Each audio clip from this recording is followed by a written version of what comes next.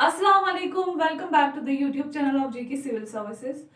जो हमने revision series start की थी बायोलॉजी की, उसमें हमने अभी तक दो प्रोसेसेस का रिवाइज किया। ठीक, एक तो हमने न्यूट्रिशन का रिवाइज किया, सेकंड हमने रेस्पिरेशन का रिवाइज किया। ठीक है, आज हम जो रिवाइज करने जा रहे हैं वो है transportation of water, minerals and food in plants. आज हमें प्लांट्स की जो है ट्रांसपोर्टेशन पढ़नी है। ठीक है, देखिए जो प्लांट्स के अलग अलग पार्ट्स होते हैं उनकी अलग अलग फंक्शन होती है। जैसे हमारी बॉडी में अलग अलग ऑर्गन्स हैं, अलग अलग ऑर्गन्स की अलग अलग फंक्शन है। ठीक है, ऐसे ही जो प्लांट्स में अलग अलग पार्ट्स होते हैं उनकी अलग अलग फंक्शन होती है।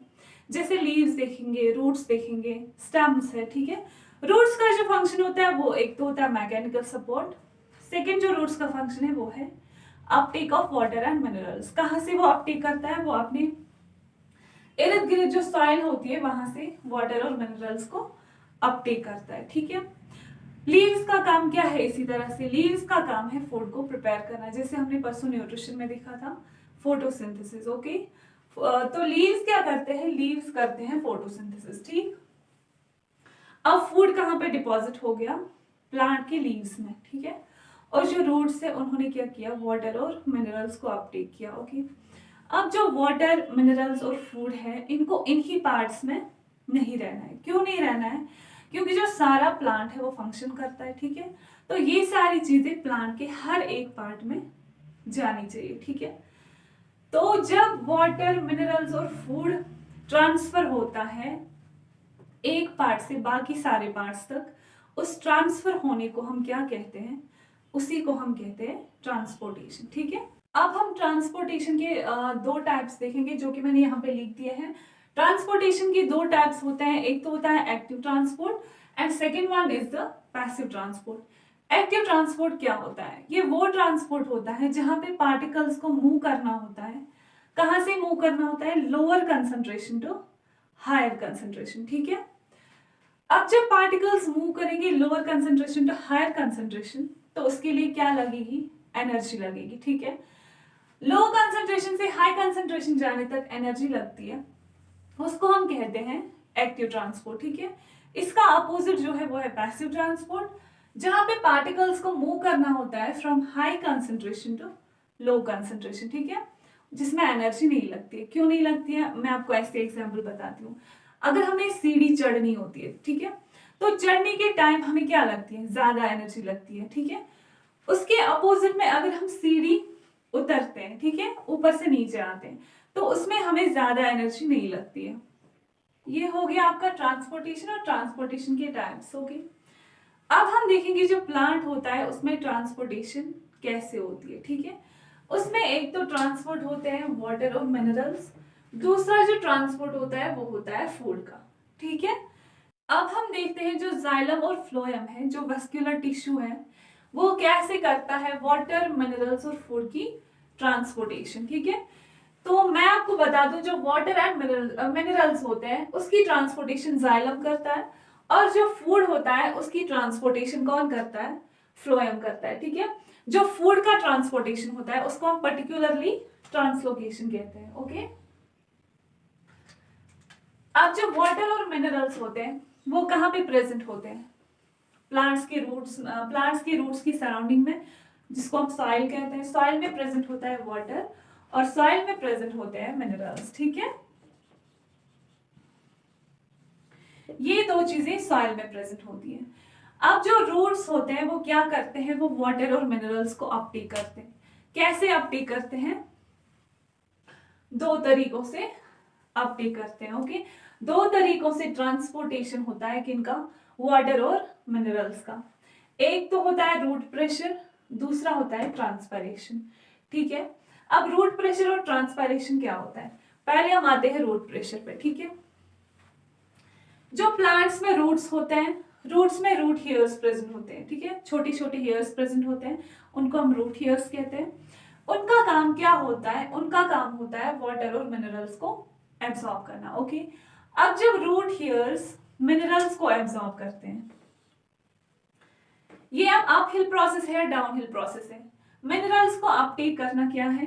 Uphill process. ठीक है, क्योंकि ये सॉइल से कहाँ जाना होता है? इनको रूट्स में जाना होता है, तो ऑब्वियसली इसमें क्या लगेगी? एनर्जी लगेगी, और एनर्जी किस फॉर्म में लगती है? एटीपी की फॉर्म में। ठीक, एनर्जी लगती है in the form of ATP. इसका मतलब हो गया जो रूट प्रेशर है वो क्या है? एक्टिव प्रोसेस है। अब मिनरल्स कहाँ चले गए? मिनरल्स प्लांट के रूट में चले गए। ठीक है, अब जब रूट्स में सॉल्यूट की कंसंट्रेशन इंक्रीज हो गई तो सॉल्वेंट की कंसंट्रेशन क्या होगी? वो डिक्रीज हो जाएगी। सॉल्वेंट क्या है यहाँ पे? सॉल्वेंट वाटर है। ठीक है, रूट्स में जो वाटर प्रेजेंट था उसकी कंसंट्रेशन क्या होगी? डिक्रीज हो जाएगी। ठीक है, अब जब वाटर की कंसंट्रेशन रूट्स में डिक्रीज हो गई तो यहाँ पे एक प्रोसेस हो जाएगी, जैसे हमने डिफ्यूजन में पढ़ा था, गैस मॉलिक्यूल्स जो होते हैं वो डिफ्यूज होते हैं हाई कंसंट्रेशन से लो कंसंट्रेशन तक। जो ऑस्मोसिस प्रोसेस होती है ये होती है सॉल्वेंट मॉलिक्यूल्स की। ठीक है, सॉल्वेंट क्या है? यहाँ पे वाटर है। ठीक, अब जब सॉइल में वाटर ज्यादा प्रेजेंट है, रूट्स में मिनरल्स की वजह से वाटर की कंसंट्रेशन जो है डिक्रीज हो गई। अब ऑस्मोसिस प्रोसेस के थ्रू वाटर चला जाएगा सॉइल से रूट्स तक। ठीक है, क्योंकि यहाँ पे हाई कंसंट्रेशन में प्रेजेंट है और रूट्स में क्या है? लो कंसंट्रेशन में प्रेजेंट है। ठीक है, इसकी वजह से एक प्रेशर क्रिएट होता है जिसको हम ऑस्मोटिक प्रेशर बोलते हैं। ठीक है, या रूट प्रेशर बोलते हैं। रूट प्रेशर क्या होता है? रूट प्रेशर एक्टिव प्रोसेस होती है, जो कि मैंने आपको कहा, क्योंकि इसमें एटीपी कंज्यूम होता है तो जिसमें एनर्जी कंज्यूम होती है उसको हम एक्टिव प्रोसेस कहते हैं। ठीक है, अब जो रूट प्रेशर होता है ये शॉर्ट डिस्टेंस प्रोसेस होती है। ठीक है, ये प्लांट की जो हाइट होती है ज्यादा ऊपर तक काम नहीं करता है। रूट प्रेशर जो है ज्यादा हाइट तक काम नहीं करता है। ठीक है, अब जो वाटर और मिनरल्स है वो चले गए प्लांट के हाफ हाइट तक। फॉर एग्जाम्पल यहां तक चले गए वाटर और मिनरल्स। इससे आगे जो है वाटर और मिनरल्स कैसे चलेंगे? ठीक है, इसके लिए आप यहाँ पे देखिए, जो सनलाइट होती है वो प्लांट्स पे पड़ती है। ओके, प्लांट्स के लीव्स में वाटर प्रेजेंट होता है। जब सनलाइट प्लांट के लीफ पे पड़ती है तो वाटर क्या हो जाता है? वाटर इवेपोरेट हो जाता है। ठीक है, वाटर लॉस हो जाता है। कहाँ से लॉस हो जाता है? जो प्लांट में, जैसे हमने फोटोसिंथेसिस में पढ़ा था, प्लांट में ओपनिंग्स, प्लांट की लीफ में ओपनिंग्स प्रेजेंट होती है जिनको हम स्टोमेटा कहते हैं। स्टोमेटा के थ्रू जो वाटर लॉस होता है उसको हम ट्रांसपायरेशन बोलते हैं। Okay, transpiration. ठीक है, अब जो प्लांट्स की सेल्स हैं यहाँ पे क्या हो गया? ट्रांसपायरेशन की वजह से इस वाली सेल में क्या हो गया? वाटर कंसंट्रेशन डिक्रीज हो गई, तो यहाँ पे भी ऑस्मोसिस होगी। ठीक है, ऐसे ही कंटिन्यू ये सेल का जो वाटर मॉलिक्यूल है वो इस सेल में चला जाएगा। यहाँ पे डिक्रीज हो गया तो दूसरी वाली सेल का जो वाटर मॉलिक्यूल है वो इस वाली सेल में चला गया।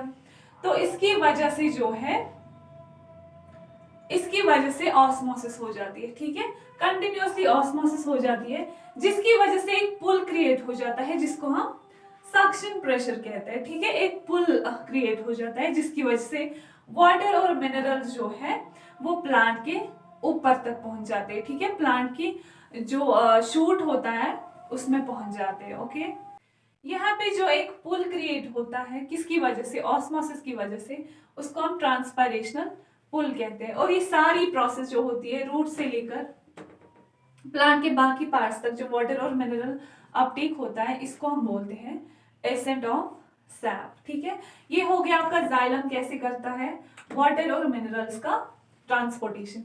अब हम आते हैं फ्लोएम पे। फ्लोएम जो होता है, यहाँ पे मैं आपको पहले एक बात बता दूं, जो जाइलम ट्रांसपोर्टेशन करता है किसकी? वाटर और मिनरल्स की, वो यूनिडायरेक्शनल होता है। क्यों?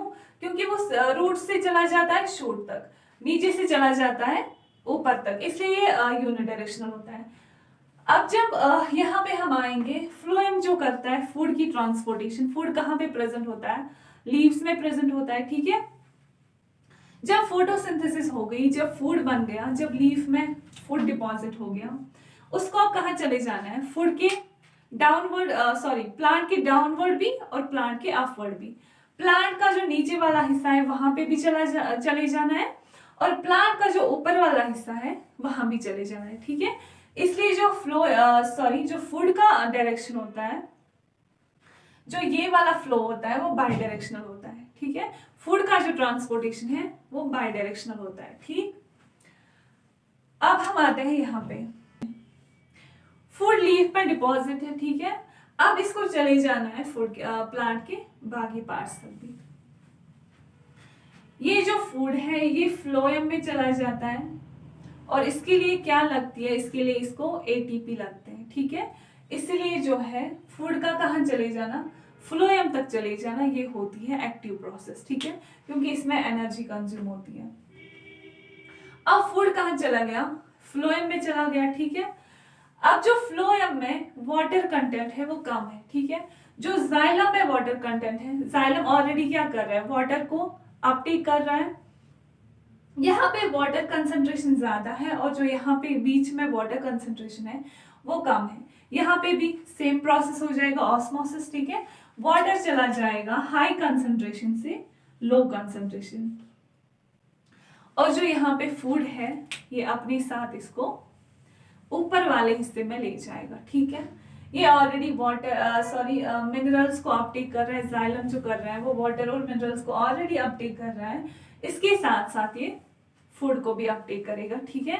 कहाँ से, डाउनवर्ड डायरेक्शन से अपवर्ड डायरेक्शन में, ठीक है। इसीलिए जो ये होता है फूड का ट्रांसलोकेशन होता है वो बाई डायरेक्शनल होता है। ये तो हो गया जाइलम और फ्लोएम कैसे करते हैं क्या, फूड की ट्रांसपोर्टेशन। अब हम देखेंगे जाइलम और फ्लोएम के थोड़े से कंपोनेंट्स क्या होते हैं। जाइलम बना होता है जाइलम वेसल्स का, जाइलम फाइबर्स का, पैरेन्काइमा का और ट्रैकिड्स का, ठीक है। ये 4 कंपोनेंट्स होते हैं जाइलम के। 4 कंपोनेंट्स में से 3 डेड होते हैं, सिर्फ जो पैरेन्काइमा होता है वो अलाइव होता है, ठीक है। इसी तरह से फ्लोएम में प्रेजेंट होते हैं phloem fibres, sieve tubes, companion cells and parenchyma, okay. इसमें सारे 3 कंपोनेंट्स जो है वो लिविंग होते हैं और जो फ्लोएम फाइबर्स होते हैं वो डेड होते हैं, ठीक है। जो जाइलम के कंपोनेंट्स है इसमें मेनली हेल्प कौन करता है ट्रांसपोर्टेशन में, जाइलम वेसल्स और ट्रैकिड्स, ठीक है। और जो फ्लोएम के कंपोनेंट्स हैं इनमें मेनली कौन हेल्प करता है ट्रांसपोर्टेशन में, वो होते हैं सीव ट्यूब्स, ठीक है। ये हो गया आपका ट्रांसपोर्टेशन इन प्लांट्स।